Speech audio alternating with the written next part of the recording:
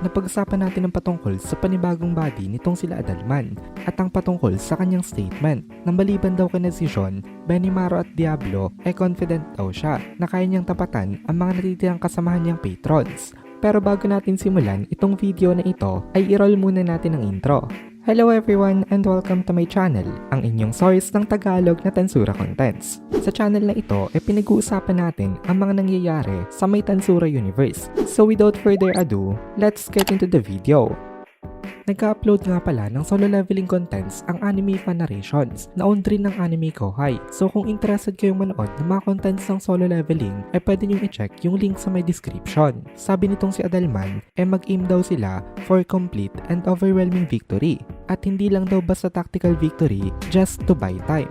Sumagot naman itong si Wendy dito na of course daw, possible na daw ito ngayon dahil kay Adalman sama. Sabi naman ni Adalman dito, tama daw yon kasi siya daw ay isa na ngayon sa mga pinakamalalakas na servants nitong si Lord Rimuru na member ng 12 Chaos Guardian Lords. In other words, 12 patrons. Ngayon, sumugod na rin itong si Adalman para tumulong kay Ultima. Kaya punta tayo sa may point of view nito.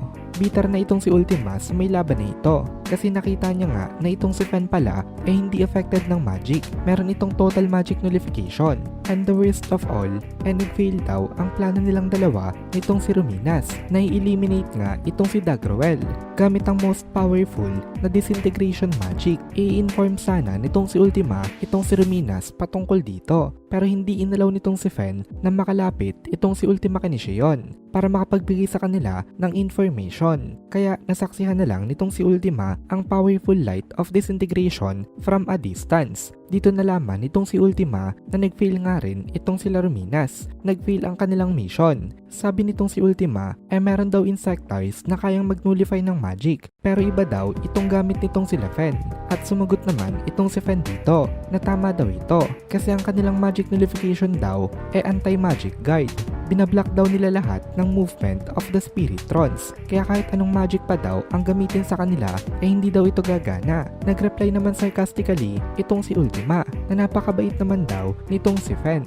Para kasi siyang nilalait nito kanina pa. Alam nga kasi nitong si Fen na magic talaga ang strongest weapon nitong si Ultima. Kaya katulad daw ng mga insectoids, isa rin sa mga natural enemies nila itong mga Titan race. Pero mukhang karakteristik lang daw itong magic nullification na ito ng mga elite soldiers. Ang mga weaker soldiers daw wala namang ganito. So para sa isang demon, napaka-incompatible talaga na labanan nila ang isang elite titan. Lalo na kung ang titan na lalabanan nila itong si Fen pa na inisil mismo nitong si Veltenava dati. Kasi nga masyado daw itong dangerous. Napaka-complain na lang itong si Ultima dito na napakamalas daw. Dapat daw winoiningan siya nitong si Gi patungkol dito. Kasi talagang luging-lugi daw siya sa may laban na ito. Dito na-realize nitong si Ultima ang importance ng mga meetings at pagpapalitan ng mga info. Talagang napaka-importante ng communication. Pero naisip din nitong si Ultima dito na dapat daw na-figure out niya na yun dun pa lang sa ginawang nihilistic parade nitong si Gadra na kaya daw nag-interfere itong si Dagrowel at in-counter niya ito dahil dangerous daw yun for the Titans. Ito daw ay dahil sa nature of magic. Ang magic daw kasi nagre-rewrite ng laws of the world sa pamamagitan ng pag-influence sa mga magicules. At since ang Spiritrons daw ay part of magicules, mawawala daw ito kapag merong magic nullification.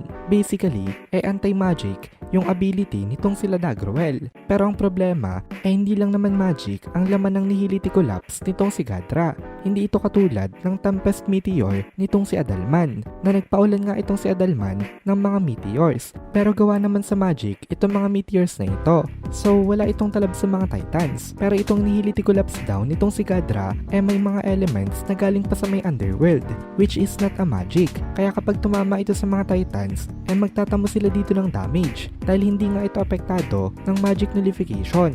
Kaya na-realize nitong si Ultima dito na pwede niyang gamitin ang underworld magic niya which is Annihility magic. Kaya ikinasduli ito nitong si Ultima at napalibutan nito itong si Fen.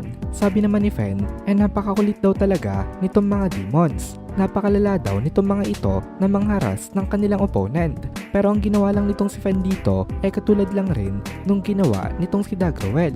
Inirelease niya lang rin ang kanyang aura kasi napag-usapan nga natin ng nihility magic ay negative lamang.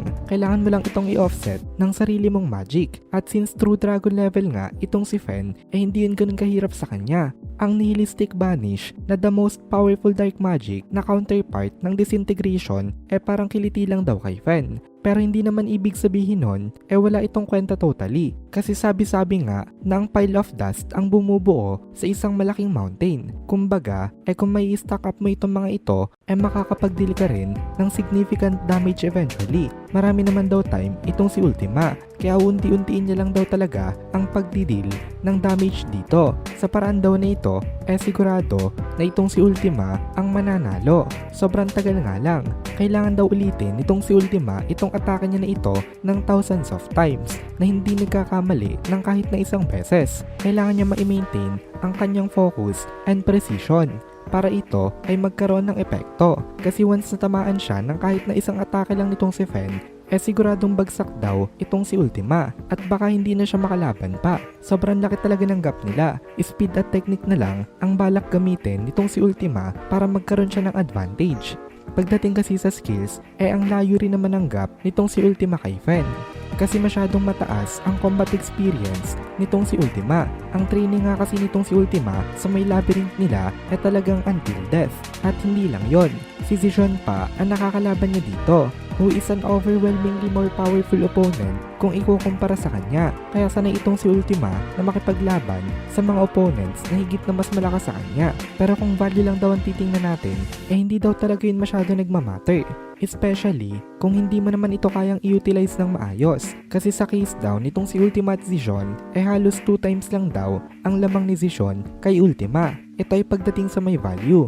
Pero kung ipagko-compare daw itong si Zijon at Fen, higit na mas dangerous daw itong si Zijon na makalaban. Kahit na 20 times pa na mas mataas ang existence value ni Fen kung ikukumpara kay Ultima. At dito na muna natin tatapusin itong video na ito. Kung nagugustuhan mo itong mga videos natin, ay please consider joining the membership para mapanood mo na agad ang mga kasunod na part dahil palaging advance ang ating mga members. Also, ay please consider leaving a like at mag-comment ka na din para ma-boost naman tayo ng algorithm.